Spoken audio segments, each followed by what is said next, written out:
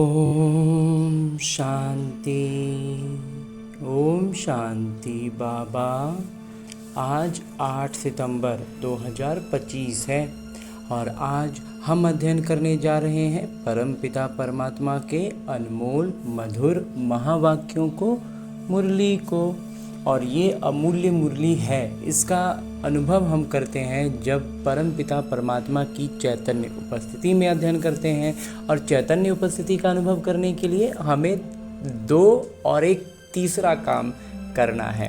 पहला काम था कि अपने दिनचर्या में एक समय और एक स्थान निर्धारित करना है, उस समय उस स्थान पर बड़े फुर्सत से इत्मीनान से बैठना है। दूसरा अलौकिक काम था कि हमें आत्माभिमानी स्थिति में स्थित होकर इसका अध्ययन करना है। और तीसरा काम है कि रोज़ रोज़ अभ्यास करना है, रोज़ बाबा से मुलाकात करनी है, रोज़ अपने दिल की बात बाबा को कहनी है, बतानी है।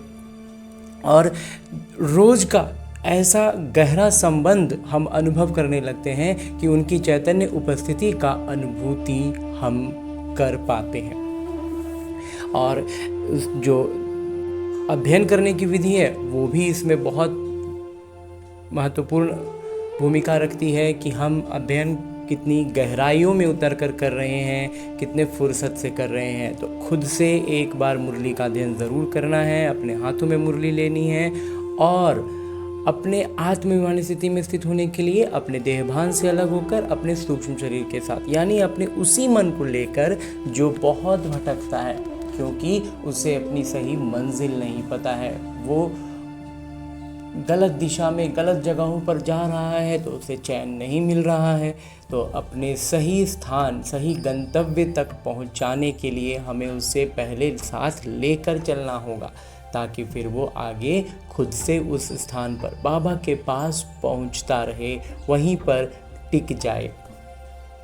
तो ऐसी श्रेष्ठ भावना रखते हुए जब हम पहुंचते हैं मधुबन की धरा पर, उसमें भी खास पांडव भवन के उस हिस्ट्री हॉल में जहां मेरे बाबा ने साकार तन का आधार लेकर मुरलियां चलाई थी। और उसी मुरली को आज मेरे बाबा मुझे निज तौर पर अपनी सारी दिल की बात इसी मुरली में निहित करके सुनाते हैं। क्योंकि जैसे ही मैं आत्मा उस स्थान पर पहुंचता हूं, उनकी उपस्थिति का अनुभव कर पाता हूँ, उनके सानिध्य में आने मात्र से मुझ आत्मा में पवित्रता, शांति, प्रेम और सुख के प्रकंपन तेज हो जाते हैं, भरपूरता का एहसास होने लगता है। बाबा सम्मुख बैठ दृष्टि से ज्ञान प्रकाश और अष्ट शक्तियों का संचार करते हैं और ऐसे आनंद का सृजन करते हैं जिस आनंद का एक आवरण बनता है। और उस आवरण में मैं और मेरे बाबा आमने सामने बैठ बड़े फुर्सत से इत्मीनान से बैठ बातें करते हैं। जब मेरे बाबा अपने दिल की बात मुझसे कहते हैं, मीठे बच्चे, पुण्य आत्मा बनने के लिए जितना हो सके अच्छा कर्म करो, ऑल राउंडर बनो, दैवी गुण धारण करो। हाँ जी बाबा। आगे प्रश्न रूप में मेरे बाबा कहते हैं, कौन सी मेहनत करने से तुम बच्चे पद्मा पदमपति बनते हो? उत्तर बतलाते हैं मेरे बाबा, सबसे बड़ी मेहनत है क्रिमिनल आई को सिविल आई बनाना। दृष्टि में ही विकारों रूपी हमारी दृष्टि में विकार ना हो। मैं इसके दो अर्थ इस ब्रह्मा कुमार को मंथन में आते हैं। एक होता है कि किसी को देखकर अपने भीतर विकारों की उभार आने लगता है, उमड़ने लगता है, विकारी ख्यालात चलने लगते हैं। एक होता है वो, और एक होता है दूसरों का भीतर का विकार को देखना। वो ऐसे गुस्सा करता है, वो ऐसे करता है, वो मतलब उसकी खराबियों को देखना। ये भी क्रिमिनल आई में ही आएगा ना। तो दोनों ही तरह की दृष्टि नहीं हो। बाबा कहते हैं आँखें ही बहुत धोखा देती हैं। हर विकार का प्रवेशता सबसे पहले आँखों से ही होता है। आँखों को सिविल बनाने के लिए, उसको एकदम सौम्य निर्विकारी बनाने के लिए बाबा ने युक्ति बतलाई है कि बच्चे आत्मिक दृष्टि से देखो, देह को नहीं देखो, मैं आत्मा हूँ। ये अभ्यास पक्का करो। इसी मेहनत से तुम जन्मांतर के लिए पद्मापति बन जाएंगे। हाँ जी बाबा, गीत है धीरज धर मनुआ। ओम शांति। ये किसने कहा? शिव बाबा ने शरीर द्वारा कहा। कोई भी आत्मा शरीर बगैर बोल नहीं सकती। बाबा भी शरीर में प्रवेश कर आत्माओं को समझाते हैं, बच्चे अभी तुम्हारा जिस्मानी कनेक्शन नहीं है, अब शरीर से जुड़ाव नहीं है, ये है रूहानी कनेक्शन। ये परमात्मा का हम आत्माओं से जुड़ाव है। आत्मा को ज्ञान मिलता है परम पिता परमात्मा से। देहधारी जो भी हैं सब पढ़ रहे हैं। बाबा को तो अपना देह है नहीं, तो थोड़े समय के लिए इनका आधार लिया है। अब बाबा कहते हैं अपने को आत्मा निश्चय कर बैठो। बेहद के पिता हम आत्माओं को समझाते हैं, उनके बगैर ऐसे कोई समझा ना सके। आत्मा को कैसे समझाएगी? आत्माओं को समझाने वाले परमात्मा चाहिए। उनको कोई भी जानते नहीं। त्रिमूर्ति से भी शिव को उड़ा दिया है। ब्रह्मा द्वारा स्थापना कौन कराएंगे? ब्रह्मा तो नई दुनिया के रचयिता नहीं हैं। बेहद के पिता रचयिता सब एक ही शिव बाबा हैं। ब्रह्मा भी सिर्फ अभी तुम्हारे पिता हैं, फिर नहीं होंगे। वहाँ तो लौकिक पिता ही होते हैं। तो अभी जो ब्रह्मा बाबा को बाबा पिता भी रूप में कहते हैं, तो वो अभी ही है ना, लेकिन बाकी पूरे कल्प में, पूरे समय में एक लौकिक पिता होंगे और एक आत्माओं के पिता परमात्मा होंगे। ब्रह्मा पिता उस समय नहीं होंगे ना, प्रजापिता। तो बाबा कहते हैं वहाँ तो लौकिक पिता ही होते हैं। कलयुग में होता है लौकिक और पारलौकिक। अभी संगम पर लौकिक, अलौकिक और पारलौकिक 3 पिता हैं। बाबा कहते हैं सुखधाम में मुझे कोई याद नहीं करता। विश्व का मालिक बाबा ने बनाया, फिर चिल्लाएंगे क्यों? जब विश्व का मालिक बना देंगे, खुशियों से भर देंगे, सब कुछ भरपूर संपन्न होगा, तो फिर क्यों चिल्लाएंगे? वहाँ और कोई खंड नहीं होते, धर्म भी एक होगा, तो सिर्फ सूर्यवंशी ही होते हैं, चंद्रवंशी भी बाद में आते हैं। अब बाबा कहते हैं बच्चे धीरज धरो, बाकी थोड़े दिन हैं, पुरुषार्थ अच्छी रीति करो। बस अब थोड़ा समय है, अच्छा से पुरुषार्थ करते रहो और अपना पद को ध्यान में रखकर उसी अनुसार चलते चलो। दैवी गुण धारण नहीं करेंगे तो पद भी भ्रष्ट हो जाएगा। ये बहुत बड़ी लॉटरी है। बैरिस्टर, सर्जन आदि बनना भी लॉटरी है ना। लौकिक दुनिया में क्या, कोई बैरिस्टर बन गया, कोई सर्जन बन गया, तो लगता है ना बहुत बड़ा अचीवमेंट, लाइफ टाइम अचीवमेंट कहते हैं। तो वैसे ही वो लाइफ टाइम अचीवमेंट होता है, ये कल्प टाइम अचीवमेंट है। बाबा कहते हैं फिर वो जो लॉटरी मिलती है उनको, वो बहुत पैसा कमाते हैं, बहुतों पर हुक्म चलाते हैं। तो जो अच्छी रीति पढ़ते पढ़ाते हैं वो ऊंच पद पाएंगे। तो लौकिक में भी क्या हुआ, आखिर उन्होंने बहुत मेहनत से पढ़ाई की है, तब तो वो पैसा भी अब खूब कमा रहे हैं और रौब भी चढ़ा रहे हैं। भाई उनके अंडर में कितने कितने लोग होते हैं। तो बस बाबा कहते हैं बस यही बात हमारे अलौकिक में भी है। जो अच्छी रीति पढ़ेंगे पढ़ाएंगे वो ऊंच पद पाएंगे। बाबा को याद करने से विकर्म विनाश होंगे। विकर्म का बोझ के कारण ही सारा गड़बड़ हो रहा है और उसका विनाश होगा बाबा की याद से। बाबा को भी घड़ी घड़ी भूल जाते हैं, माया याद भुला देती है। माया याद भुलाने का अर्थ क्या हुआ? इस ब्रह्मा कुमार का जो मंथन है कि हमारे सामने कोई भी परिस्थिति आई, छोटी से लेके बड़ी कोई भी परिस्थिति आई, उस परिस्थिति पर हम क्या होता है, जो इतने समय का जो संस्कार बन गया ना रावण के प्रभाव में, जो हम जिसको बहुत साधारण भाषा में अपना नेचर कहते हैं, बस उस नेचर के अकॉर्डिंग हम उस पर रिएक्ट कर देते हैं। तो क्या हुआ, बाबा की याद उस समय के लिए भूल गए ना, और वो जो उस समय के लिए भूले तो वो विकर्म आगे कंटिन्यू हो गया, वो विकर्म तो विनाश हुआ नहीं। तो यही है माया की तरफ से याद का भुला देना। वो हमारा नेचर हम पर हावी हो जाता है। परिस्थिति आती है तो हम उस परिस्थिति पर वैसे ही रिएक्ट करते हैं जैसे हम पहले करते आए थे। ज्ञान की सारी बातें पीछे रह जाती हैं। तो यही उस एक क्षण पर ज्ञान सामने रहे, बाबा की याद, बाबा की बात बुद्धि में गूंजने लगे, कौंध जाए, तब हुआ हम बाबा की याद में हैं और उसके अनुसार हम बाबा के स्वरूप की झलक दिखलाते हुए हम प्रतिक्रिया दें तो विकर्म वहीं के वहीं भस्म हो जाने ही हैं। ये ब्रह्मा कुमार का अनुभव भी है। तो बाबा इसलिए कहते हैं कि माया जो है ना वो कोशिश करती है कि हम याद को वो भुला दें। हम बाबा की याद में रहकर सारा ज्ञान का बात पीछे रह जाता है। पहले हम पुराने आदत के अनुसार, पुराने संस्कार के अनुसार कर देते हैं, तब याद पड़ता है अरे फिर तो गलती।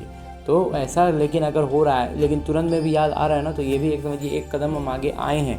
अगला कदम है कि बार बार इस बात को स्मृति रखना। अगली बार अगर वो रोज़ के सिचुएशंस होते हैं तो उसमें हम फिर से अगली बार के लिए पहले ही मन में पूरा तैयारी करके रखें कि अगला दिन फिर जब ऐसे होगा, अगली बार जब भी ऐसे होगा तो हम इस बार हमको याद रहना चाहिए कि बाबा ने मुझे ये बतलाया है, ये बतलाया है, ऐसे बतलाया है, वैसे बतलाया है। सारी बातें रिपीट करते रहनी है, मंथन करते रहनी है, मोतियाँ निकालते रहनी है, तो उससे हमारा फ़र्क पड़ता जाएगा। फिर कई बार होगा कि बोलते बोलते मतलब एक तरफ से मुंह से निकल रहा, दूसरी तरफ बुद्धि में सजगता आ गई, तो वो होगा दूसरा कदम। फिर तीसरा कदम होता है कि बोलने के पहले बुद्धि सजग हो जाएगी और हम अपने बोली को रोक पाएंगे। चौथा कदम होगा कि बोलना भी नहीं पड़ेगा और बुद्धि में सब उस प्रतिक्रिया पर मनसा स्तर पर जब हमारे मन में रिएक्शंस आने लगते हैं ना, गुस्सा, आवेश, वो उसी समय बुद्धि सजग हो जाएगी और वो वहीं शांत हो जाएगा। तो ऐसे ऐसे हम अपना एक एक कदम आगे बढ़ाते जाएंगे और बाबा की याद में रहकर विकर्म विनाश करते जाएंगे। बाबा कहते हैं कि वो जो माया है ना, वो याद को भुलाने का कोशिश करता है, ज्ञान नहीं भुलाती है। वो ज्ञान को नहीं भुलाता, ज्ञान जो एक बार ले लिए ना वो भूलेंगे नहीं, तो उसका हमें बस अभ्यास करते रहना है, मंथन करते रहना है। बाबा कहते भी हैं अपनी उन्नति करनी है तो चार्ट रखो, सारे दिन में कोई पाप कर्म तो नहीं किया, नहीं तो 100 गुना पाप बन जाएगा। यज्ञ की संभाल करने वाले बैठे हैं, उनकी राय से करो। बाबा कहते हैं अगर कुछ कन्फ्यूज़न है तो अपने जो हमारे वरिष्ठ भाई बहन हैं उनसे पूछो, यज्ञ की संभाल करने वाले हैं ना। कहते भी हैं जो खिलाओ जहाँ बिठाओ, तो बाकी और आशाएं छोड़ देनी है, नहीं तो पाप बनता जाएगा। जहाँ बैठाएं वहाँ बैठना है, जहाँ रह के वहाँ रहना है, जो खिलाएं बाबा वो खाना, ऐसे होना चाहिए। बाबा कहते हैं सारी आशाएं छोड़ दो और अगर आशाएं रखते हैं तो पाप बनता जाएगा। आत्मा पवित्र कैसे बनेगी? यज्ञ में कोई भी पाप का काम नहीं करना है, यहाँ तुम पुण्य आत्मा बनते हो। चोरी चकारी आदि करना पाप है ना, माया की प्रवेशता है। माया का मतलब माया का प्रभाव हम पर पड़ा है, तभी हम चोरी चकारी की बात आई और हमने अगर कुछ किया तो चाहे वो बाबा कहते हैं कितना भी छोटा चीज़ का हो क्यों ना हो। न योग में रह सकते न ज्ञान की धारणा करते हैं। अपने दिल से पूछना चाहिए, हम अगर अंधों की लाठी न बने तो क्या ठहरे? अंधे ही कहेंगे ना, जब हम दूसरों के अंधों की लाठी नहीं बन पा रहे, मतलब हम खुद भी अंधे हैं ना, तभी तो हम खुद नहीं देख पा रहे हैं। तो इस समय के लिए ही गाया हुआ है धृतराष्ट्र के बच्चे, वो है रावण राज्य में, तुम हो संगम पर। राम राज्य में फिर सुख पाने वाले हो। राम राज्य में पहुंचेंगे तो सुख ही सुख होगा। परमपिता परमात्मा कैसे सुख देते हैं किसी की बुद्धि में नहीं आता। कितना भी अच्छी रीति समझाओ फिर भी बुद्धि में नहीं बैठता। अपने को जब आत्मा समझें तब परमात्मा का ज्ञान भी समझ सकें। खुद को आत्मा भी अनुभव करना है, तभी परमात्मा पर भी हमारा निश्चय पक्का होता है। और ये भी एक तरह से कहें तो परस्पर है। जितना ज़्यादा हम परमात्मा का परिचय, उन पर निश्चय बढ़ता जाता है, हम उतना ज़्यादा आत्माभिमानी स्थिति में आते हैं। और जितना आत्माभिमानी स्थिति में आते जाते हैं उतना ज़्यादा हमारा परमात्मा से निकटता बढ़ती जाती है। तो ये भी परस्पर एक के बाद एक कदम बढ़ना होता है। ऐसा इस ब्रह्म कुमार का मंथन है। तो बाबा कह रहे थे कि आत्मा ही जैसे पुरुषार्थ करती है ऐसे बनती है। तो जैसा भी पुरुषार्थ कर रही है आत्मा ही फिर उस अनुसार पद लेगी।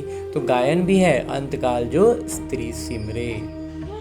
बाबा कहते हैं जो मुझे याद करेंगे तो मेरे को पाएंगे, नहीं तो बहुत बहुत सजाएं खाकर आएंगे। सतयुग में भी नहीं, त्रेता के पिछाड़ी में आएंगे। सतयुग की तो बात ही छोड़ दो, जो सजा खा ली है ना वो सतयुग में नहीं जाएंगे। सतयुग में जाने वाली हर एक आत्मा बिना सजा के पहुंचेगी। और त्रेता में फिर सब सजाएं वाले कम कम पद लेके आएंगे। तो सतयुग त्रेता को कहा जाता है। बाबा कहते हैं सतयुग और त्रेता को क्या कहा जाता है? ब्रह्मा का दिन। एक ब्रह्मा तो नहीं होगा, ब्रह्मा के तो बहुत बच्चे हैं ना। ब्राह्मणों का दिन फिर ब्राह्मणों की रात होगी। अभी बाबा आए हैं रात से दिन बनाने। ब्राह्मण ही दिन में जाने के लिए तैयारी करते हैं। बाबा कितना समझाते हैं, दैवी धर्म की स्थापना तो जरूर होनी ही है।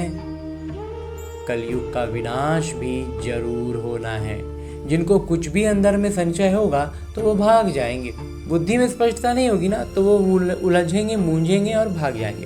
पहले निश्चय फिर संशय हो जाता है। फिर कुछ बच्चों का क्या, पहले निश्चय हो जाता है, मतलब निश्चय क्या कहें, एक तरह से हम इस ब्रह्मा कुमार का मंथन है कि उमंग उत्साह में आ जाते हैं। बहुत अच्छी लगती है बातें, उमंग उत्साह में आते हैं। ज्ञान की स्पष्टता नहीं किए, योग जितना भी परिचय के अनुसार योग होना चाहिए उतना योग में नहीं आए, याद में नहीं आए, ज्ञान का मंथन नहीं किए तो ज्ञान की स्पष्टता नहीं बढ़ी। ज्ञान की स्पष्टता नहीं बढ़ती है तो फिर बाबा कहते हैं फिर संशय हो जाता है। माया भी तो अपना काम करेगा ना। यहाँ से मरकर फिर पुरानी दुनिया में जाकर जन्म लेते हैं, विनशंती हो जाते हैं। बाबा की श्रीमत पर तो चलना पड़े ना। बिंदुएं तो बहुत अच्छी अच्छी बच्चों को देते रहते हैं। बाबा तो इतना अच्छा अच्छा बिंदु हम लोगों को समझाते हैं, बतलाते हैं। पहले पहले तो समझाओ तुम आत्मा हो, शरीर नहीं, नहीं तो लॉटरी सारी गुम हो जाएगी। अगर इस बात को नहीं समझे तो सारा लॉटरी गया। भल वहाँ राजा अथवा प्रजा सब सुखी रहते हैं, फिर भी पुरुषार्थ तो ऊंच पद पाने का करना है ना। ऐसे नहीं सुखधाम में तो जाएंगे ना, नहीं, ऊंच पद पाना है। राजा बनने के लिए आए हो। ऐसे सयाने भी चाहिए। बाबा की सेवा करनी चाहिए। रूहानी सेवा नहीं तो स्थूल सेवा भी है। कहीं मेल्स भी आपस में क्लास चलाते रहते हैं। एक बहन बीच बीच में जाकर क्लास कराती है तो वृक्ष धीरे धीरे वृद्धि को पाता है ना। सेंटर्स पर कितने आते हैं, फिर चलते चलते गुम हो जाते हैं।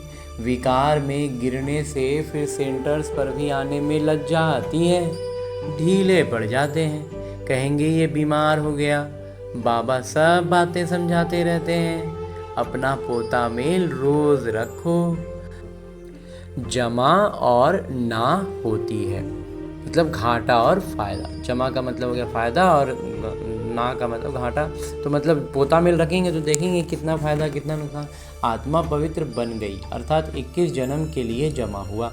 बाबा की याद से ही जमा होगा, पाप कट जाएंगे। कहते भी है ना, हे पतित पावन बाबा आकर हमको पावन बनाइए। ऐसे थोड़े ही कहते हैं कि विश्व का मालिक आकर बनाइए। नहीं, ये तुम बच्चे ही जानते हो। मुक्ति और जीवन मुक्ति दोनों है पावन धाम।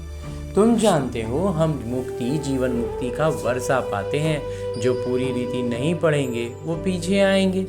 स्वर्ग में तो आना है, सब अपने अपने समय पर आएंगे। बाबा कहते हैं स्वर्ग में तो आना है लेकिन सब आएंगे अपने अपने समय पर। सब बातें समझाई जाती हैं। फौरन तो कोई नहीं समझ जाएंगे, एक क्षण में कोई समझ जाए पूरी बात, ऐसा नहीं होगा ना। तो यहाँ तुमको बाबा को याद करने के लिए कितना समय मिलता है। जो भी आए उनको ये बताओ कि पहले अपने को आत्मा समझो। ये ज्ञान बाबा ही देते हैं जो सभी आत्माओं के पिता हैं। आत्माभिमानी बनना है, आत्मा ज्ञान उठाती। परमात्मा पिता को याद करने से ही विकर्म विनाश होंगे।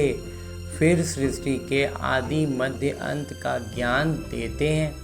रचयिता को याद करने से ही पाप भस्म होंगे।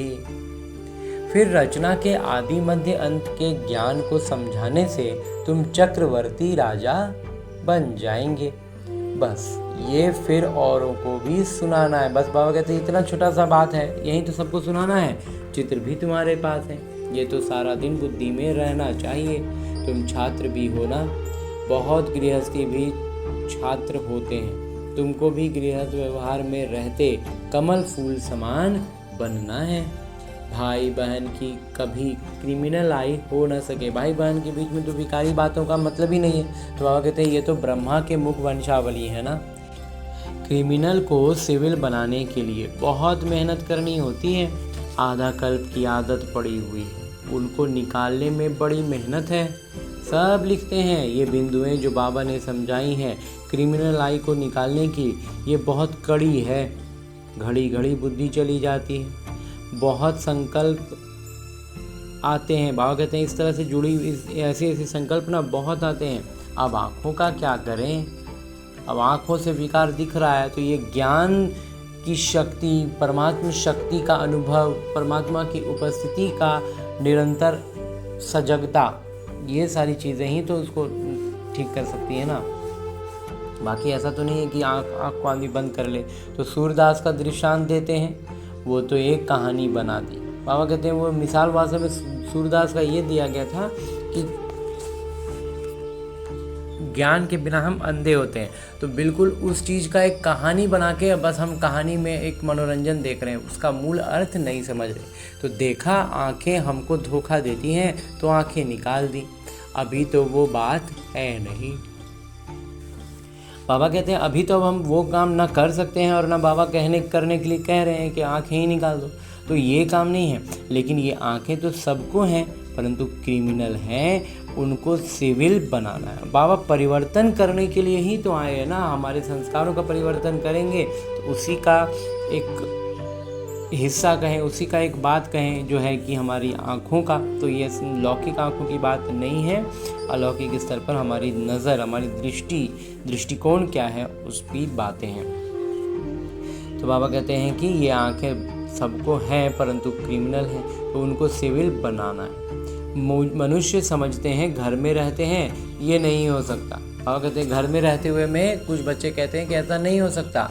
बाबा कहते हैं हो सकता है, क्योंकि आमदनी बहुत है। तुम जन्मांतर के लिए पद्मापति बनते हो। बाबा कहते तुम जन्मांतर के लिए पद्मापति बनते हो। वहाँ गिनती होती ही नहीं। वहाँ जैसे अभी हम लोग कहते हैं ना लाखपति करोड़पति, बाबा कहते हैं वहाँ पद्मापति गिनती नहीं है, अनंत टाइप का हिसाब है। वहाँ गिनती तब होती है जब रुपये पैसे आधे निकलते हैं। जब रुपया पैसा ही सब आया ना तब गिनना शुरू हुआ, नहीं तो धन इतना अथाह संपत्ति पड़ा हुआ है, कौन उसको रुपया के रूप में गिन रहा है। वहाँ तो सोने चांदी की मुहरें काम में आती हैं। पहले राम सीता का राज्य की मुहरें आदि मिलती थी। पहले बाबा कहते हैं कि राम और सीता के जो साम्राज्य था ना उस समय का मुहर मिलता था। बाकी सूर्यवंशी राजाई कभी नहीं देखी है, चंद्रवंशी की देखते ही आए हैं। पहले तो सब सोने के सिक्के ही थे, फिर चांदी के, ये तांबा आदि तो पीछे निकला है। अभी तुम बच्चे बाबा से फिर वर्षा लेते हो। सतयुग में जो रस्म रिवाज चलनी होगी वो तो चलेगी ही। तुम अपना पुरुषार्थ करो। स्वर्ग में बहुत थोड़े होते हैं, आयु भी बड़ी होती है, अकाली मृत्यु होती नहीं। तुम समझते हो हम काल पर जीत पाते हैं, मरने का नाम ही नहीं। उसको कहते हैं अमर लोक। ये है मृत्यु लोक। अमर लोक में हाहाकार होती नहीं। कोई बूढ़ा मरेगा और ही खुशी होगी, जाकर छोटा बच्चा बनेंगे तो वहाँ तो मरने पर रोने लगते हैं। तुमको कितना अच्छा ज्ञान मिलता है। बाबा कहते हैं हमको जो ज्ञान मिला वो कितना श्रेष्ठ ज्ञान दिया है बाबा ने। कितनी धारणा होनी चाहिए, तो फिर उसके हिसाब से धारणा भी कितनी होनी चाहिए। औरों को भी समझाना पड़ता है। बाबा को कोई कहे हम रूहानी सेवा करना चाहते हैं, बाबा झट कहेंगे भल करो। बाबा कोई को मना नहीं करते हैं। ज्ञान नहीं है तो बाकी अज्ञान ही है। ज्ञान नहीं होने का मतलब क्या हुआ? अज्ञानता ही है। तो अज्ञान से फिर बहुत डिससर्विस कर देते हैं, और अज्ञानता होने के कारण सेवा का विपरीत डिससर्विस हो जाता है। सेवा तो अच्छी रीति करनी चाहिए ना, तभी लॉटरी मिलेगी। और जब सेवा अच्छी रीति करेंगे ना तभी लॉटरी लगेगी। ये है ईश्वरीय लॉटरी। तुम राजा रानी बनेंगे तो तुम्हारे पोतरे पोतरियां सब खाते आएंगे। ये तो हर एक अपने कर्मों अनुसार फल पाते हैं। कोई बहुत दान करते हैं तो राजा बनते हैं। तो बाबा बच्चों को सब कुछ समझाते हैं। अच्छी रीति समझकर और धारणा करनी है। खुद समझना है और तब उसका धारणा करना है, मतलब बाबा की याद में रहने का अभ्यास शुरू करना है। सेवा भी करनी है, सैकड़ों की सेवा करनी होती है। कहीं कहीं भक्ति भाव वाले बहुत अच्छे होते हैं। बहुत भक्ति की होगी तभी ज्ञान भी जचेगा। चेहरे से ही मालूम पड़ता है। सुनने से खुश होते रहेंगे। जो नहीं समझेंगे वो तो इधर उधर देखते रहेंगे या आंखें बंद कर बैठेंगे। बाबा सब देखते हैं, किसको सिखलाते नहीं हैं तो गोया समझते कुछ नहीं। बाबा कहते हैं अगर किसी को समझा नहीं रहे हैं, ज्ञान नहीं दे रहे हैं, मतलब खुद नहीं समझे हैं, एक कान से सुन दूसरे से निकाल देते हैं। अभी ये समय है बेहद के पिता से बेहद का वर्षा लेने का। जितना लेंगे जन्म जन्मांतर कल्प कल्पांतर मिलेगा, नहीं तो फिर पीछे पीछे बहुत पछताएंगे। फिर सबको साक्षात्कार होगा। हमने पूरा पढ़ा नहीं इसलिए पद भी नहीं पा सकेंगे, बाकी क्या जाकर बनेंगे? नौकर चाकर साधारण प्रजा। ये राजधानी स्थापन हो रही है, जैसा जैसा करते हैं उस अनुसार फल मिलता है। नई दुनिया के लिए सिर्फ तुम ही पुरुषार्थ करते हो। मनुष्य दान पुण्य करते हैं, वो भी इस दुनिया के लिए, ये तो कॉमन बात है।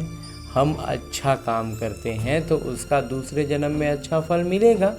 तुम्हारी तो है 21 जन्मों की बात, वो जो कर रहे हैं वो अगले जन्म, एक जन्म, हमें 21 जन्मों के लिए सब कुछ मिल रहा है और वर्तमान में भी मिल रहा है। तो जितना हो सके अच्छा कर्म करो, ऑल राउंडर बनो। नंबर 1 पहले ज्ञानी तो आत्मा और योगी तो आत्मा चाहिए। ज्ञानी भी चाहिए, भाषण के लिए महारथियों को बुलाते हैं ना, जो सब प्रकार की सेवा करते हैं, तो पुण्य तो होता ही है। सब्जेक्ट्स है ना, योग में रहकर कोई भी काम करे तो अच्छे मार्क्स मिल सकते हैं। अपनी दिल से पूछना चाहिए, हम सेवा करते हैं या सिर्फ खाते हैं सोते हैं? यहाँ तो ये पढ़ाई है और कोई बात नहीं है। अब कहते हैं तो बस ज्ञान है, पढ़ाई है, जितना पढ़े, बाकी सेवा है, याद है। तुम मनुष्य से देवता, नर से नारायण बनते हो। अमर कथा, तीजरी की कथा है, यही एक है जो इसको अमर कथा के नाम से, तीजरी की कथा के नाम से हम जाने। मनुष्य तो सब झूठी कथाएं जाकर सुनते हैं। तीसरा नेत्र तो सिवाय बाबा के कोई दे ना सके। अभी तुमको तीसरा नेत्र मिला है, जिससे तुम सृष्टि के आदि मध्य अंत को जानते हो। इस पढ़ाई में कुमार कुमारियों को बहुत तीखा जाना चाहिए। चित्र भी है, गीता के भगवान कौन है? मुख्य बात ही ये है, भगवान तो एक ही होते हैं जिससे वर्षा मिलता है मुक्ति धाम का। हम वहाँ रहने वाले हैं, यहाँ आए हैं किरदार निभाने। अब पावन कैसे बने? पतित पावन तो एक ही बाबा हैं। आगे चलकर तुम बच्चों की अवस्था भी बहुत अच्छी हो जाएगी। बाबा किस्म किस्म की समझ देते रहते हैं। एक तो बाबा को याद करना है तो जन्म जन्मांतर के पाप मिट जाएंगे, क्योंकि जितना भी पुराना 63 से जन्मों का जो भी विकार विकर्म है वो आएगा। अभी मेरे सामने एक वर्तमान परिस्थिति ही बनकर ना, और उस परिस्थिति पर हमने किस तरह से रिएक्ट किया, हमने क्या प्रतिक्रिया दी, चाहे वो मनसा के स्तर पर पहला संकल्प हो या फिर वाचा या कर्म ना हो, जो भी हमने अपनी तरफ से प्रतिक्रिया दी ना, वही निर्धारित कर रहा है कि हम बाबा की याद में कितना है। हम बाबा की याद में रहकर बाबा की गुणवत्ताओं की झलक हम छलकें बाबा का गुण, तो हम हुए बाबा की याद में, और उससे विकर्म वहीं के वहीं विनाश हो जाता है, भस्म हो जाता है। इसलिए बाबा कहते हैं कि जन्म जन्मांतर के पाप मिट जाएंगे। अपनी दिल से पूछना है हम कितना याद करते हैं। चार्ट रखना अच्छा है, अपनी उन्नति करो, अपने ऊपर रहम कर अपनी चलन देखते रहो। अगर हम भूलें करते रहेंगे तो रजिस्टर खराब हो जाएगा। इसमें दैवी चलन भी होनी चाहिए। गायन भी है ना, जो खिलाएंगे, जहाँ बिठाएंगे, जो निर्देश देंगे वो करेंगे। निर्देश तो जरूर तन द्वारा देंगे ना। गेटवे टू स्वर्ग, ये अक्षर अच्छा है। बाबा ने एक दिन की मुरली में इसको बहुत बात बतलाई थी कि चित्रों के आगे या सेंटर के आगे में लिखना चाहिए gateway to heaven, gateway to स्वर्ग। ये द्वार है स्वर्ग जाने का। अच्छा, मीठे मीठे सिगिरते बच्चों प्रति माता पिता बाबा का याद प्यार और आशीर्वाद। रूहानी बाबा की रूहानी बच्चों को नमस्ते। हम रूहानी बच्चों की ओर से रूहानी माता पिता को याद प्यार और प्रणाम। धन्यवाद बाबा, धन्यवाद। मुरली के लिए भी धन्यवाद और इस अनूठे अलौकिक ब्राह्मण जीवन के लिए भी बहुत बहुत बहुत धन्यवाद बाबा, बहुत धन्यवाद। आगे आज की मुरली से लिए गए वो प्रमुख बिंदु हैं जिन्हें हमें अपने ब्राह्मण जीवन में धारण करने हैं और ब्राह्मण सो फरिश्ता, फरिश्ता सो देवता बनना है। उसके लिए जो सबसे पहली बिंदु है वो है पुण्य आत्मा बनने के लिए और सब आशाएं छोड़ ये पक्का करना है कि बाबा जो खिलाओ जहाँ बिठाओ कोई भी पाप का काम नहीं करना है। खान पान रहन सहन की विशेषता के लिए उसमें आकर्षित होते हुए बाबा की याद से हम विमुख हो जाएं, ये नहीं हो। इस पर एकदम ध्यान रखना है, पाप हमसे कोई ना हो जाए, उसके मतलब उन बातों के प्रभाव में आ गए और हमसे कोई पाप हो जाए, बाबा कहते हैं ये नहीं हो। ईश्वरीय लॉटरी प्राप्त करने के लिए रूहानी सेवा में लग जाना है। ज्ञान की धारणा कर औरों को करानी है। अच्छे अंक लेने के लिए कोई भी कर्म याद में रहकर करना है। कोई भी कर्म बाबा कहते हैं बाबा की याद में रहकर करना है। बाबा की चैतन्य उपस्थिति का अनुभव जितना अभ्यास बढ़ता जाएगा ना, उनकी चैतन्य उपस्थिति का अनुभव करते रहेंगे निरंतर। और वहीं तो हमारा अभी वर्तमान का उद्देश्य है ना कि हम निरंतर बाबा की याद में रह सकें, सारे ही विकर्म विनाश हो जाएंगे। बाबा ने भी 1-2 दिन पहले की मुरली में कहा था शरीर आप ही छूट जाएगा, सारे विक्रमाजीत बन जाएंगे ना, सारे विक्रम विनाश हो जाएंगे तो शरीर आप ही छूट जाएगा। आगे मेरे बाबा वरदान दे रहे हैं। वरदान देते हुए मेरे बाबा कहते हैं माया और प्रकृति को दासी बनाने वाले सदा स्नेही भव। जो बच्चे सदा स्नेही हैं वो लवलीन होने के कारण मेहनत और मुश्किल से सदा बचे रहते हैं।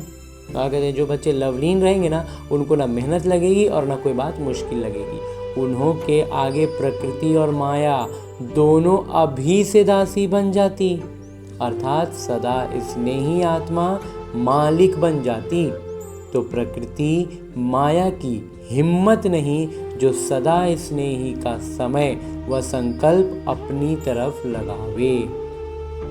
वो फिर कोशिश करेगा, लेकिन वो उसको मालूम है कि ये अब इन व्यर्थ संकल्पों के जाल में उलझने वाला नहीं है। वो परमात्मा प्यार में लवलीन हो चुका है। उनका हर समय हर संकल्प है ही बाबा की याद और सेवा के प्रति। तो स्नेही आत्माओं की स्थिति का गायन है एक बाबा दूसरा ना कोई। बाबा ही संसार है तो वे संकल्प से भी अधीन नहीं हो सकते। तो बाबा कहते हैं इन बातों का ध्यान रखना है कि संकल्प के स्तर पर भी हमें अधीन नहीं होना है। हाँ जी बाबा। और आगे स्लोगन है, मुरली का उपदेश है कि ज्ञानवान बनो तो समस्याएं भी मनोरंजन का खेल अनुभव होंगे। बाबा कहते बस वो एक मनोरंजन, अभी 2-4 दिन पहले भी मुरली में बाबा ने कहा था कि तुम्हारे लिए अब सब खेल होगा, खेल की तरह सबको देखो और बस अपनी स्थिति इतनी ऊपर कर लेनी है कि हम हमारे तक अब माया हमें छूने की भी हिम्मत नहीं करे। बाबा कहते हैं उनकी हिम्मत नहीं है कि तुम्हारे पास आए, तुम्हारे व्यर्थ संकल्पों में तुम्हें उलझाने के भी नहीं कर पाएगा वो माया। हाँ जी बाबा। और अभी तक हमने बाबा के इस साकार मुरली को उनकी चैतन्य उपस्थिति में अनुभव करते हुए अध्ययन किया। अब मेरे बाबा इसी चैतन्य स्थिति में स्थित रहकर जो एक इशारा देते हैं, जो एक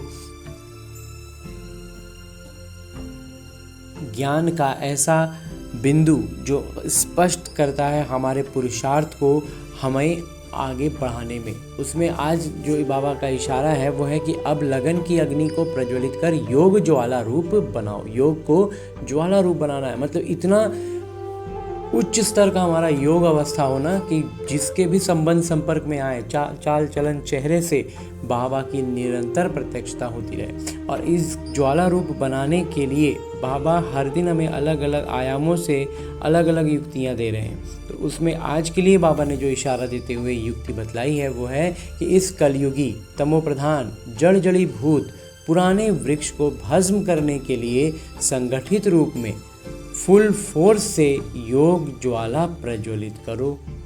लेकिन ऐसी ज्वाला स्वरूप की याद तब रहेगी जब याद का लिंक सदा जुड़ा रहेगा।